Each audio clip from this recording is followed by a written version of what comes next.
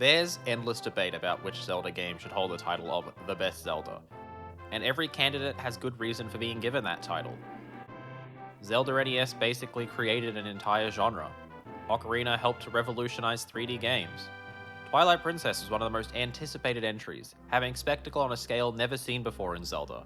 Breath of the Wild ripped the franchise out of its somewhat tired formula and brought millions of new fans to the series. And I'm sure there's someone out there who could argue for Phantom Hourglass. Now, you may be thinking that due to the title of this video, I'm about to call A Link to the Past the undisputed champion. Well, I'm not.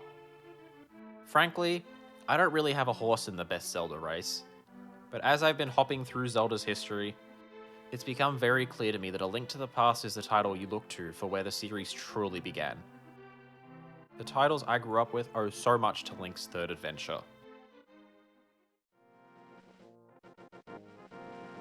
A Link to the Past was always the elusive console entry for me growing up. I was born into a post-Ocarina world. For the longest time, as far as I knew, 2D Zelda was a handheld thing, and the home consoles got the big 3D adventures. Due to this gap in my knowledge, I didn't really know anything about A Link to the Past for the longest time. As I got older, I became more aware of the early days of Zelda. I dabbled with NES a couple times and got as far as the second screen in Zelda 2, but I never got around to A Link to the Past. I wasn't able to use the Wii Shop channel, my 3DS was too old and frail to run the SNES Virtual Console, and I didn't own a Wii U until 2019. I'd considered playing it on my Nintendo PC a handful of times, but I could never bring myself to do it. For over a decade, A Link to the Past would stay shrouded under a veil of mystery. Despite learning of its existence, I never sought out information about it, or even a second of gameplay. Maybe it was my adolescent brain thinking old games were dumb and looked ugly, or a disinterest in 2D games at the time. Whatever the case, I never engaged with anything A Link to the Past. 2023 rolls around and I decide to do my walk through Zelda's history. I wasn't necessarily going through them in order, but as luck would have it, A Link to the Past was the third game I beat. Unlike for NES, I decided not to do a pre-stream prep course. I didn't know much, but I did know that A Link to the Past had more structure than its predecessors. While running through the game, I had a couple of very helpful people in chat that would gently guide me through some of the more obtuse things. They weren't constantly backseating. I made sure to tell them that I wanted to figure out stuff on my own as best I could, but they steered me in the right direction when I was truly stuck and getting frustrated. Moments like these harken back to playing Professor Layton games on my DS, when I'd meekly shuffle over to my dad sitting on the couch and ask him to help me solve a puzzle I just couldn't figure out. To extrapolate, I imagine it's a similar experience to having your older sibling or relative help you through an old game when you were a dumb little 7-year-old. While these people are only names on a screen, I really did appreciate them passing their knowledge down to me, gently guiding me by the hand to get extra goodies or showing me the way to go. Unlike Zelda NES, I took my time with A Link to the Past. I beat the former in one stream, but paced out the latter over about 3 months. I wasn't rushing myself to get through it. I wanted to take my time. Each stream would be a dungeon, maybe 2, which I think was a really healthy way to approach the game. With the litany of optional goodies to grab, it meant that the journey was comfortably paced. I may not remember everything that I did, but I know that I got through the Light World dungeons fairly quickly, except for the infamous Moldworm fight. And I know I spent far too much time in one or two of the Dark World dungeons. I think they were the Dark Palace and the Ice Palace. I still sucked at the combat, but I was definitely more manageable in this entry. The Sword Slash and Spin Attack are leagues more useful than Zelda NES's Poke. Looking back at my completed save file, I died nearly 50 times on my quest to defeat Ganon. It's pretty impressive how bad I am at 2D Zelda combat. I remember struggling for rupees once again as I needed to continually stock up on blue potions. Although I could nab fairies in a bottle this time around, and quite easily at that, reviving Link with 7 hearts felt far less useful to me than a full restoration of my health and magic. I got one of the RNG-based heart pieces on my second attempt, and I had a good laugh about that.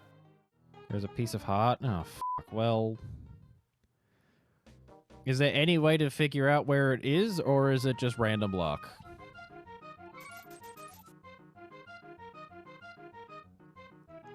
Random? Awesome. Yeah! Let's go! I'm so good at this game. I came out of the experience feeling very good about A Link to the Past. As the credits rolled, I believe I said something like, "This doesn't feel like a 30-year-old game. It's incredibly well crafted." If I had to name one gripe that I think I had at the time of that initial playthrough, it was the sheer size of the dungeons, especially those in the Dark World. The somewhat open-ended design does play to A Link to the Past's strengths. After all, if you're skilled enough, you can do some of the dungeons outside of the intended order. But with me being so used to the almost completely linear dungeon design scene post-Ocarina, I spent more time than I'd like to admit walking around in circles trying to find the one room that had the key I needed to make progress.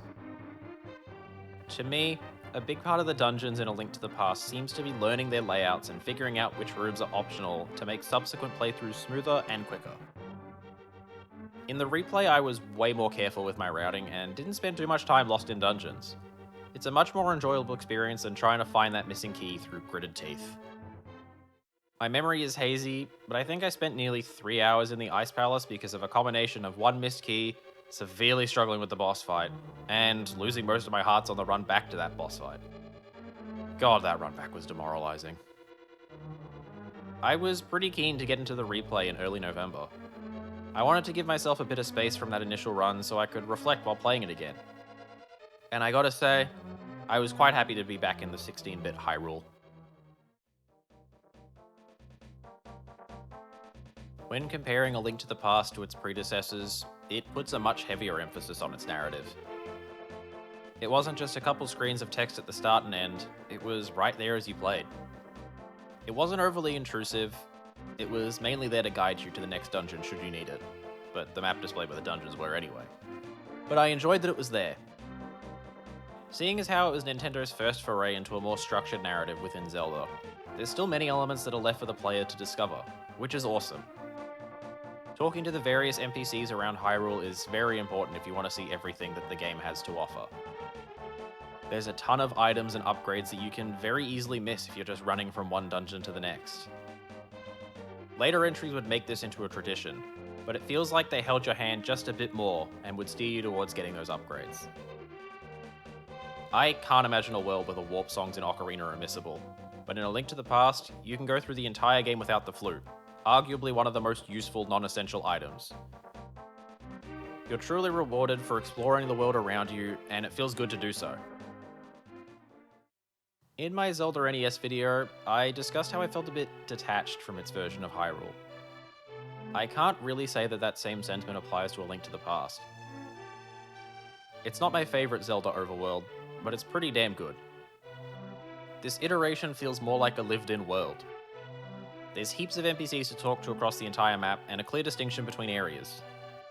From rivers that snake around the map to Death Mountain, to the Lost Woods and Kakariko Village. Everything is laid out before you, and you can, for the most part, just go there. Right from the very beginning, you can open the map and see everything this new Hyrule has to offer.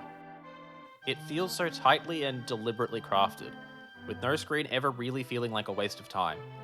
Then to top things off, the dev team went and created a whole other map in the Dark World. Yes, it's still fundamentally the same map as the Light World's Hyrule, just with some minor changes here and there, but it still felt like I was navigating a completely new space. The interplay between the Light and Dark Worlds is extraordinarily clever. Thanks to the Magic Mirror, puzzle solving isn't limited just to dungeons. There are numerous extra goodies and required items and parts that ask you to think carefully about how each world is laid out. Something inaccessible in the Light World may be accessible if you go to that same spot in the Dark World, then warp back. Something as simple as this really helped me to appreciate the map design more. It wasn't just a matter of learning where dungeons and hidden caves were. I had to carefully take in each screen in both worlds to see if I could do something in one thanks to the other. There's an expectation put on the player that they must master navigating both the Light and Dark Worlds if they want to become the hero of legend, and I think that's really cool. Aesthetically, I think A Link to the Past is absolutely gorgeous. As I get older, the more I realize that the fourth console generation may actually be my favorite in terms of how games looked and sounded. The 16-bit era just feels so right. Not everything was perfect. Link does have pink hair in this entry, which I personally like. It's a silly little detail that seems to be a hangover from hardware limitations. Some of the more complicated sprites don't exactly line up with their official artwork, but all in all, it's still a really nice game to look at. The color palette is vibrant, and all returning enemies from previous entries look great thanks to the more powerful hardware. There's tons of new on-screen effects and more dynamic dungeon design thanks to the higher horsepower of the SNES and Nintendo's use of a larger than standard cartridge size at the time. A Link to the Past was one of the first to use the 8 megabit cartridges. The music isn't my favorite, but far from my least. I love the general soundscape, but I don't find myself falling in love with many tracks. They're all very catchy, and I'd find myself humming along to most of them, but overall, it's just above average for me. I don't think it's a very hot take to claim that A Link to the Past is where the Zelda formula began. To me, it feels like the game Nintendo wanted to make, maybe from Zelda's inception, but were unable to due to hardware limitations at the time. A Link to the Past feels like Nintendo wanted to create a freeform adventure while simultaneously building a fantasy epic. It's not quite the pure open world adventure like NES or the Switch entries, but it isn't as narrative driven as Twilight Princess or Skyward Sword. While it isn't as linear as later entries, it was a pretty major departure from how its predecessors played. There were still plenty of non-linear elements present within. The intended dungeon order is technically optional sometimes, but it's clear that Nintendo wanted to craft a more guided experience with A Link to the Past. This entry was the stepping stone to an era that spanned over 25 years.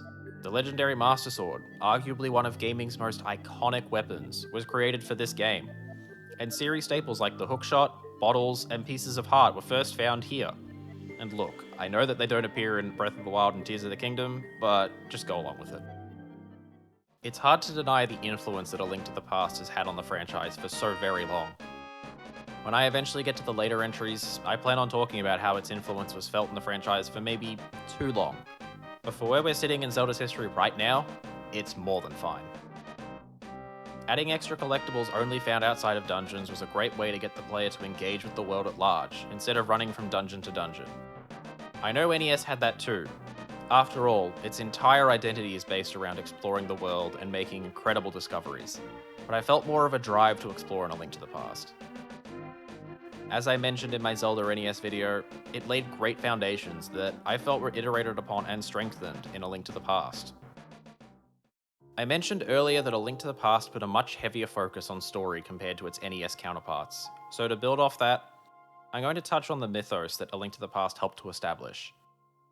Zelda NES and Zelda 2 told stories that still connect to the general fantasy within Zelda we know and love, but A Link to the Past aimed to establish more. The history of Hyrule and its creation was crafted for this game. Admittedly, I don't own the instruction manual, but it's there where the history leading up to the game can be found. It was the early 90s, we weren't quite ready to have our instruction manuals just be controls. I miss instruction manuals.